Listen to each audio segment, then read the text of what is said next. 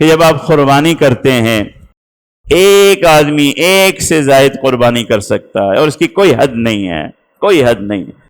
100 کریں، 200 کریں، 1000 کریں، کوئی حد نہیں ہے، ایک سے زیادہ قربانی کر سکتے ہیں۔ قربانی واجب اس پر ہے جس کے پاس اتنا مال ہو کہ اس کے اوپر زکوٰۃ آ جاتی ہو، اس کے اوپر واجب ہے۔ اب گھر میں جتنے ایسے افراد ہیں ان کی طرف سے واجب ہے، اور اللہ نے بہت دیا ہے تو ایک سے زیادہ قربانی کیجئے جتنی آپ کو اللہ نے طاقت دی ہے۔ قربانی کسی اور فرد کی طرف سے کی جا سکتی ہے، کر سکتے ہیں، زندوں کی طرف سے بھی کر سکتے ہیں، گزشتہ فوت شدہ رشتہ دار، اعزہ، اقربا سب کی طرف سے کر سکتے ہیں، جس کی طرف سے چاہیں آپ قربانی کر سکتے ہیں۔ مگر ایک بات اور سمجھ لیجئے، یہاں دو چیزیں ہیں، ایک قربانی کر کے ثواب بخشنا،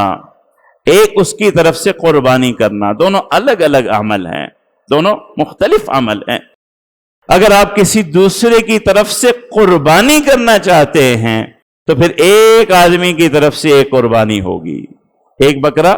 ایک آدمی کی طرف سے ہوگا۔ گائے میں 7 حصے ہیں، 7 آدمیوں کی آپ نیت کر سکتے ہیں، 8ویں کی نیت نہیں کر سکتے۔ اگر آپ کسی اور کی طرف سے قربانی کرنا چاہتے ہیں تو جتنے لوگ ہیں اتنی قربانی ہونی چاہیے، چاہے موجود رشتہ دار زندوں میں سے کرنا چاہتے ہوں یا فوت شدہ لوگوں میں سے کرنا چاہتے ہوں۔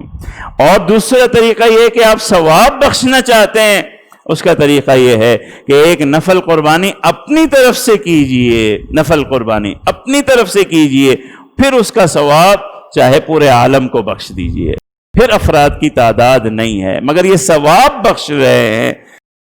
قربانی کا ثواب آپ بخش رہے ہیں۔ تو قربانی کرنا چاہتے ہیں تو ہر آدمی کی طرف سے مستقل ہوگی،